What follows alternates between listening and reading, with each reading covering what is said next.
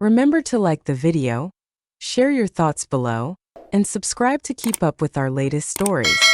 The afternoon sun pierced through the leaves of Diane's towering oak, casting shadows on the porch swing where I lingered, clutching a half-empty glass of iced tea. Seeing Diane ignited a fire in my soul, especially in these recent times. The stillness of the suburban street, the sharp scent of freshly cut grass, the heartbeat of her existence.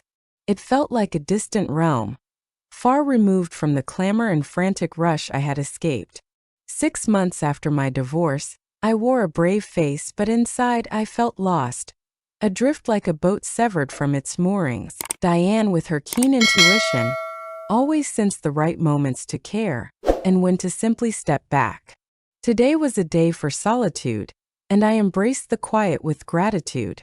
She sat in her wicker throne, a silent observer of the world unfolding around her. It was then that I laid eyes on him for the first time. He emerged from behind the tidy blue house next door, whistling a melody that tugged at my memory, yet remained just out of reach. He clutched a pair of worn gardening gloves and a tiny trowel, each telling a story of toil and care. He lacked the conventional charm of a movie star, yet his face held a warmth and strength, marked by lines that hinted at joy and perhaps a touch of concern. He glanced up, caught sight of me, and his whistling faded into silence. He gave a brief yet heartfelt wave. I waved back, a flicker of uncertainty in my heart. Diane spoke of her neighbor Henry, a widower who lived in solitude, yet always wore a kind smile. "He's a decent man," she had remarked, mourning his wife who passed away a few years ago. Faced with cancer, he immerses himself in his garden. He paused at the edge of his lawn, a flicker of uncertainty crossing his face before he resolved to move forward. He strode purposefully over the grass dividing their homes, halting at the base of Diane's porch steps. "Good afternoon," he whispered. His voice resonated deeper than I had imagined, warm yet edged with a hint of roughness. "You're Diane's sister, aren't you? Marion, is that you?" I was taken aback, astonished that he recognized me. "It's me, and you're Henry." He smiled, a true smile that lit up his eyes, a striking hazel green, reminiscent of moss glistening after a storm. "Accused and condemned? Diane speaks of you." He waved the trowel, a flicker of uncertainty in his movements. "You mentioned you'd be here for a while." "Just for the week," I said, tucking a stray strand of hair behind my ear, seeking to recharge my weary spirit. "This is a fitting spot," he conceded, his eyes sweeping over Diane's tranquil yard. Silent yet kind neighbors. A subtle weight hung on his final words, leaving me to question whether he was speaking of himself or the neighborhood as a whole. We sank into a peaceful silence, one that wrapped around us like a warm embrace, soothing and serene. The air vibrated with the distant roar of lawnmowers and the relentless buzz of bees, weaving through Diane's wild, vibrant flower beds. Henry stood by the porch railing, arms crossed, lost in thought. He lacked grandeur, yet his presence was undeniable. "Is there anything captivating blossoming around here?" He gestured toward a striking cluster of peonies, his nod filled with unspoken emotion. "Diane possesses an enchanting ability." "She does," I conceded. "No matter my efforts, they always seem to retreat into their own shadows." He let out a soft, warm chuckle. "They can be unpredictable, much like humans at times." He locked eyes with me, and in that moment, an unexpected intimacy surged between us. It wasn't playful, not quite, but it felt as if he wasn't merely gazing at Diane's sister on the porch. He was looking right through to me. It unsettled me just a bit. I sipped my tea, the ice cubes clattering softly in the glass. "So," I said, desperately seeking a neutral ground, "does gardening consume your time?" He nodded, his eyes drawn to the carefully tended flower beds that framed the fence. "Truly does. Pulls me away from my thoughts. There's a raw beauty in the earth, a pulse of life as it breaks through the soil. It anchors you." I felt that deeply. My tiny balcony garden was my refuge, though it paled in comparison to his or Diane's. "I understand completely," I whispered, "There's a deep fulfillment in caring for something." He glanced back at me, that familiar, intense look resurfacing. "Precisely. You invest your heart, nurture it, and often, you receive something breathtaking in return." Sometimes, yes. More often than not. Was he really just talking about flowers? Seemed like so much more. He revealed a fragment of his philosophy, a glimpse into his struggle to endure. Suddenly, the screen door groaned as Diane burst out, her hands busy with the remnants of her work on her apron. "Henry, I swear I heard voices. Taking my sister away already?" She playfully teased, her smile radiating warmth as it danced between them. "Hello." Henry responded effortlessly, lifting himself from the railing. "Captivated by your peonies. Oh, they're really putting on a spectacle this year, aren't they?" Diane's smile radiated warmth. "Marian, you must see Henry's roses. They are the true champions."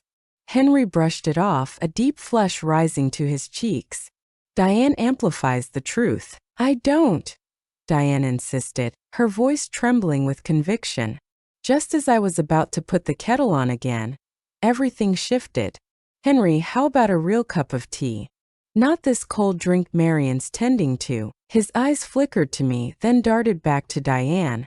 "I wouldn't want to overstep my bounds." "Nonsense," Diane declared, her voice sharp as she flung the door wide open. "Step inside. Marian craves the company, though she'll never confess it." I shot Diane a glance, a mix of irritation and humor, but Henry only laughed harder. "All right then," he said, meticulously wiping his boots on the mat before crossing the threshold. "Show us the path." Entering the cool, dim kitchen of Diane, a peculiar flutter stirred in my chest. It was more than just a visit from the neighbors. A sudden change hung in the stillness of the afternoon, hinting at the beginning of something unforeseen. The kitchen enveloped me, warm and inviting, the air thick with the sweet, lingering aroma of cinnamon from Diane's earlier baking. Henry lingered at the small wooden table, an air of comfort surrounding him, as Diane hurried about, gathering mugs and retrieving the tea caddy. I settled into the seat across from him, a wave of shyness washing over me, reminiscent of my teenage years. He appeared oblivious, or perhaps he simply chose to hide his awareness. He inquired about Diane's prize-winning zucchini from last year's county fair, and she dove into the tale with fervor. I watched him intently, hanging on every word. He listened intently, his eyes locked on Diane's, drawing her in with every question he asked, making her feel seen and heard. It was a beautiful sight. Many people today appear to simply bide their time, eager only for their moment to speak. As Diane halted to pour the boiling water over the tea bags, Henry's gaze shifted back to me, charged with unspoken tension. "So, Marian," he started off casually, "Diane told me you work in library archiving, right?" Once more I found myself taken aback. It seems Diane has been discussing me far more than I ever imagined. I confirmed it, preserving old documents, photographs, and local history. It's vital. The silence envelopes the task, yet it captivates the soul. "I can imagine," he said, leaning in, his eyes alight with a spark of genuine curiosity, as if cradling a fragment of history in his palms. "It has to matter deeply. I can't deny it. Sometimes, hidden within letters or diaries, you stumble upon forgotten tales of ordinary people leading extraordinary lives. It's captivating, isn't it?" "I do know," he said, his voice barely above a whisper. "My wife Emily once filled countless pages with her thoughts and diaries. After she was gone, I discovered them. It took a whole year for me to gather the strength to read them." He halted, his gaze fixed on the hands that lay motionless on the table. His hands were powerful, dirt still clinging to the nails despite his futile effort to clean them. When I finally did, it felt like rediscovering her all over again. Small worries she kept to herself, fleeting joys I had let slip away. A precious gift. His voice trembled, striking a chord deep inside me. Revealing such a personal truth to someone I barely knew was unusual, yet it unfolded naturally, without any hint of awkwardness. It resonated with raw truth. Diane set down steaming mugs before us, her movements silent, acutely aware of the tension in the air. "That sounds beautiful," she whispered, her voice laced with warmth. He glanced upward, a faint, thankful smile breaking through. It was a struggle, yet profoundly beautiful. He faced me once more. "I get why old stories captivate us. They matter deeply. They awaken our essence, tracing the roots of our journey." We spoke effortlessly, sharing our thoughts on books that moved us and the places we longed to explore. He had once served in the Navy, traversing corners of the globe that existed only in my imagination. I shared my work, the unique thrill of reconstructing a shattered letter or uncovering faces in a century-old photograph. Diane sat quietly, her tea in hand, interjecting only now and then, allowing the words between Henry and me to swirl around us like a storm. It hit me hard how unlike the usual conversations this was. Nothing was hidden, no facade to uphold. It was a spark, a moment of discovery, a deep dive into shared passions and the beauty of diverse viewpoints. His dry humor emerged at the most surprising moments, catching me off guard and leaving me in fits of laughter more than once. He inquired about my life, not prying but with a heartfelt interest. I opened up to him about the city, the disconnection that often envelopes me, and the unsettling feeling of being adrift since the divorce, thoughts I had never fully shared with Diane. He listened, his hazel eyes filled with deep contemplation.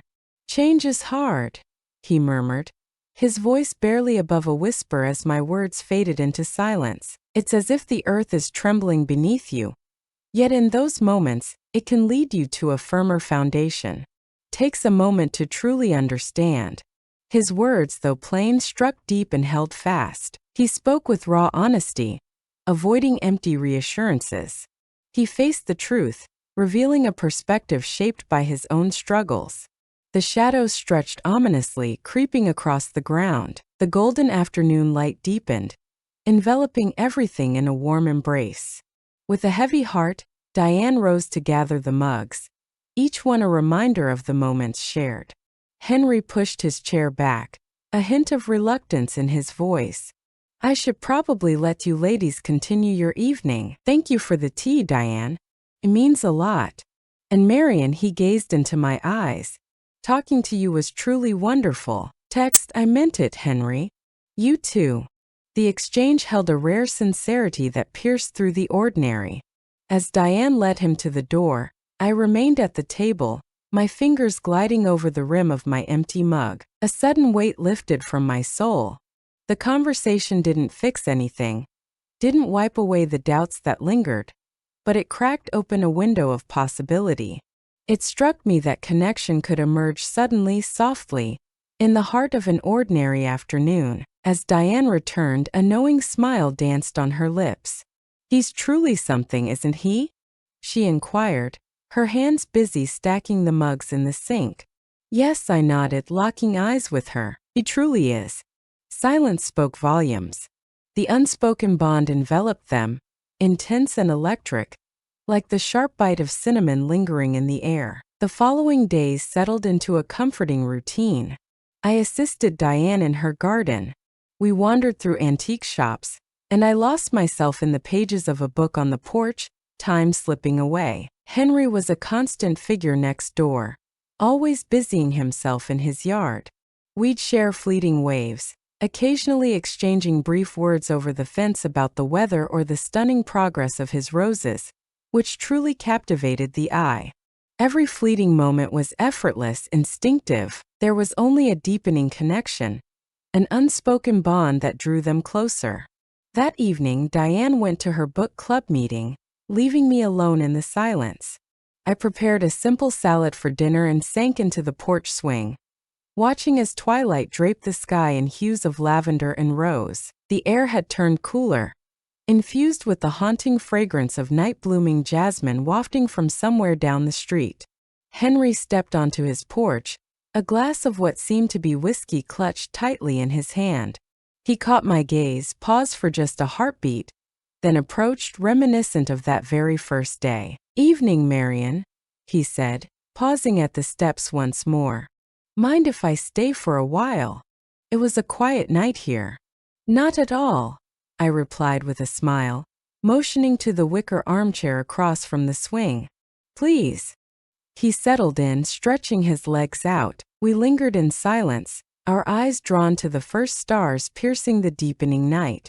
The stillness wrapped around them, not the awkward hush of unfamiliar faces, but a warm shared silence between those who truly belong together.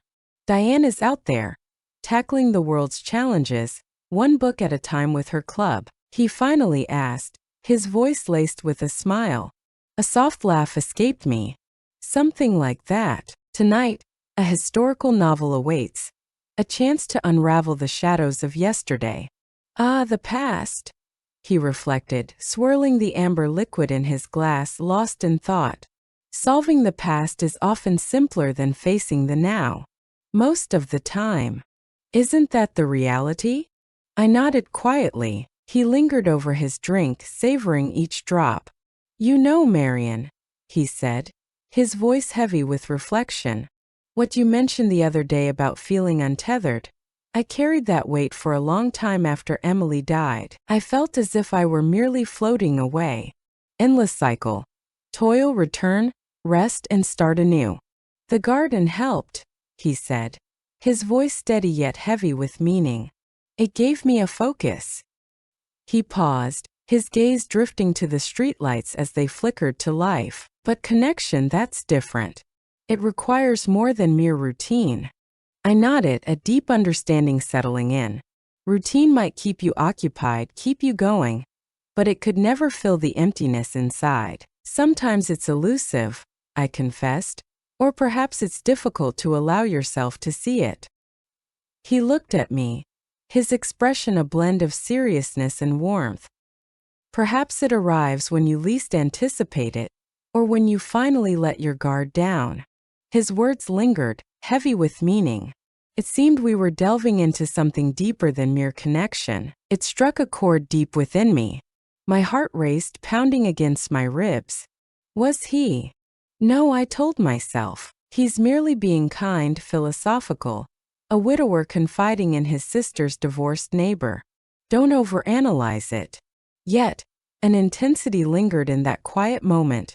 A connection that went beyond mere pleasantries. He must have felt my unease, for he adjusted his posture, his tone softening. As he spoke, a spark ignited in his eyes. I was clearing out a corner of my garage today and stumbled upon an old box of Emily's, brimming with sheet music. Her fingers danced over the keys, each note a whisper of longing and passion. Oh wow! I breathed, my heart racing. Does the piano still play? Oh yeah, he nodded. It's in the living room, a big old upright. I haven't laid a finger on it since. Indeed, but as he gazed at that music today, his words faded away. Did you ever play? I asked. He shook his head. No, even smaller, that's me. Yet I cherished every moment of her voice. He turned his gaze back to me. Do you play, Marion? A warmth enveloped me. I once did, I confessed. A long time ago. My grandmother showed me the way. Nothing fancy, just simple tunes. A fire ignited in his eyes. Listen, this might be forward, but would you want to see it? The music? Maybe even play something? The piano could probably use waking up. My breath caught. Enter his house, alone. It carried weight. Yet his invitation was sincere, free of any obligation, just a simple, almost timid plea. The idea of my fingers dancing over piano keys once more, after all this time, stirred something deep within me. I'm probably terribly rusty, I stammered, that familiar teenage shyness washing over me again. It doesn't matter, he whispered softly. Tinier, do you recall? He offered a faint smile. An old piano abandoned in the shadows. You might enjoy the company. I gazed into his sincere face, the warmth radiating from his eyes. What harm could it bring? It wasn't just a proposition. It was an offering, a sharing of something deeply cherished. All right, Henry, I murmured, my voice trembling with intensity. I'd like that. He rose, extending his hand to lift me from the low swing. His grip was warm, strong, and rough from hours spent in the garden. The brief touch ignited a shocking warmth within me, unrelated to the waning summer dusk. We strolled across the lawn, the cool, damp grass brushing against my sandals, drawn toward the gentle glow pouring from his living room window. His house embodied him, sturdy and inviting, a space that feels like home. Books neatly arranged on the shelves, memories captured in frames on the mantelpiece. A woman smiled, her kind eyes radiating warmth. Beside her, images of children and grandchildren hinted at a life rich with love. The air was thick with memories, each corner of the home whispering stories. A dark wood upright piano stood proudly against one wall, a silent witness to the laughter and tears that filled the room. It gleamed with care, yet remained eerily quiet. Henry guided me to it, lifting a tattered cardboard box from a chair nearby. "Here it is," he murmured. The box brimmed with sheet music, its pages yellowed and whispering stories of the past. Timeless compositions, cherished classics, inked manuscripts. It was a vivid fragment of her existence, a reflection of her fervor. With a sense of reverence, I reached in and pulled out a fragile piece of music, Chopin. It was something I hadn't dared to touch since my childhood. Her heart danced to the haunting melodies of Chopin. Henry whispered, his gaze fixed on me, claiming his music captured all the feelings words failed to express. I slowly lifted the lid, shrouding the piano keys in silence. They felt like ivory, smooth and cool, as my fingers brushed against them, filled with uncertainty. Years had slipped by, far more than I wished to acknowledge. As I settled onto the worn bench, a rush of nostalgia washed over me, blending the strange with the achingly familiar. Henry lingered close, his presence felt but never overwhelming. "No pressure," he whispered, his voice heavy with unspoken weight. "Just if you feel like it." I inhaled sharply, my fingers poised above the keys. What if my mind went blank? What if only discordant sounds emerged? But then Henry's words echoed in my mind. The piano craved companionship. Emily's emotions flowed into the instrument, a raw and powerful release. In this quiet house, an unexpected bond formed with the kind man beside me. My fingers hesitated over the strings, discovering a simple chord, then another, each note a careful step on uncertain ground. I began with a simple lullaby my grandmother had taught me. The notes broke the silence, hesitant yet distinct. The piano's voice was beautiful, rich and warm. As I played, the tension in my fingers began to fade. The melody poured out, imperfect yet liberating, like awakening a long-dormant strength. I looked up at Henry. He leaned against the doorframe, eyes shut, a tender, almost longing look etched on his face. He wasn't critiquing my faltering notes. He was simply absorbing, lost in memories. With newfound courage, I ventured into a familiar melody from long ago. The music enveloped us, binding our souls in a moment of raw connection. It transcended mere performance. It was a dance of vulnerability, breathing life into beauty from the depths of silence. As the final note dissolved into the air, an electric silence enveloped the room, heavy and alive. Henry's eyes fluttered open, revealing a shadowy depth in the lamplight. "Thank you, Marion," he said, his voice heavy with feeling. Emily would have cherished that. Hearing her name spoken with such warmth felt like a gentle embrace. It was as if I had stepped into a sacred realm, witnessing the love he still held.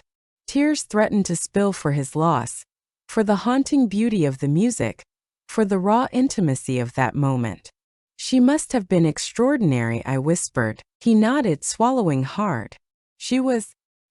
He approached the piano bench, hesitating briefly before sitting beside me. He kept a respectful distance, yet close enough for me to feel his warmth. Silence enveloped us for what felt like an eternity. We sat together side by side, gazing at the silent keys, the echoes of music hanging in the air, heavy with unvoiced feelings. He reached out slowly, not to touch me, but to lay his hand flat on the polished wood of the piano close to mine. His hand appeared strong and capable, yet a tremor betrayed his uncertainty. Silence has lingered in this house for ages, he murmured, his voice gravelly. Too silent. He shifted his gaze, locking eyes with me. His gaze pierced through the silence, both fierce and tender. Gone were the masks of civility. Only two souls remained, bathed in the soft light of the lamp, entwined in a moment of deep, unforeseen intimacy. My breath caught in my throat. This was the moment, an unforeseen experience, not loud or flashy, but a subtle revelation, a profound emotional connection that eclipsed any grand display. It was the trust he extended in revealing his sorrow, his memories, his sanctuary. His eyes held a vulnerability that echoed the ache in my heart. The silence between us was thick with understanding, a moment charged with the weight of something significant unfolding. He didn't lean in to kiss me. He remained still, locking eyes with me, a wordless inquiry reflected in his gaze, a mutual recognition of the flame that flickered in the stillness of the room. In that instant, enveloped by echoes of melodies and memories, I felt profoundly seen, deeply understood, more than I had in ages. The connection crackled, an unseen force binding us, rooted in shared humanity and unexpected beauty. It was profound, charged, and completely consensual in its silent power. Time seemed to freeze in the soft glow of the lamp. We stood frozen, silence enveloping us. His eyes held a deep well of understanding, mirroring the tumult of emotions inside me. Unexpected tenderness, cautious hope, and an overwhelming sense of tranquility. It wasn't the wild thrill of youthful love, but something profound, subtle, rooted in shared moments and deep respect. At last, Henry took a measured breath and slowly pulled his hand away from the piano, shattering the enchantment, yet preserving the bond. He offered me a faint, almost bashful smile. "Thank you again, Marian," he murmured, his voice thick with gratitude, "for bringing music back into the house and for your company." "Thank you, Henry," I replied softly, feeling the weight of his trust. He stood, stretching slightly, the night growing late around us. "Diane will be back soon, searching for you." He led me to the door, the familiar silence wrapping around us on his porch beneath the warm glow of the lone yellow light. He hesitated. "Marian," he started, then faltered, grappling for the perfect words. "I know this might seem a bit out of the ordinary." "It was beautiful," I replied, my voice steady and heartfelt. He locked eyes with me, relief washing over his face. "Good. I'm glad." He let the moment linger just long enough, without asking for my number or hinting at a future meeting.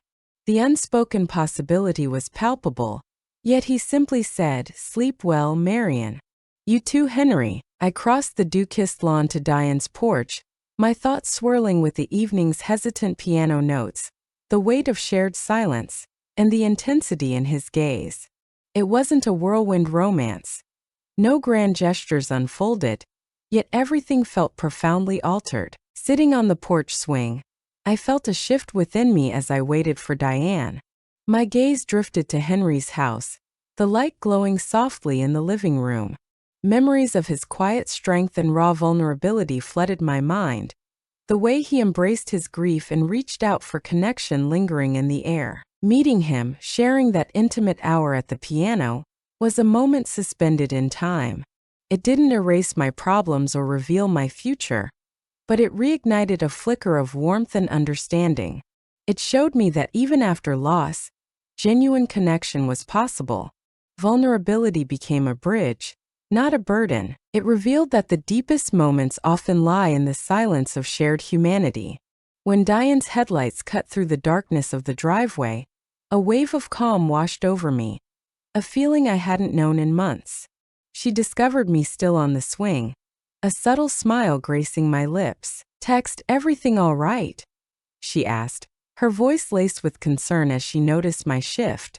"You look peaceful." I turned my gaze back to Henry's house, the light now extinguished, casting a shadow over my thoughts. "Yes," I replied, locking eyes with my sister. Everything's fine, more than fine.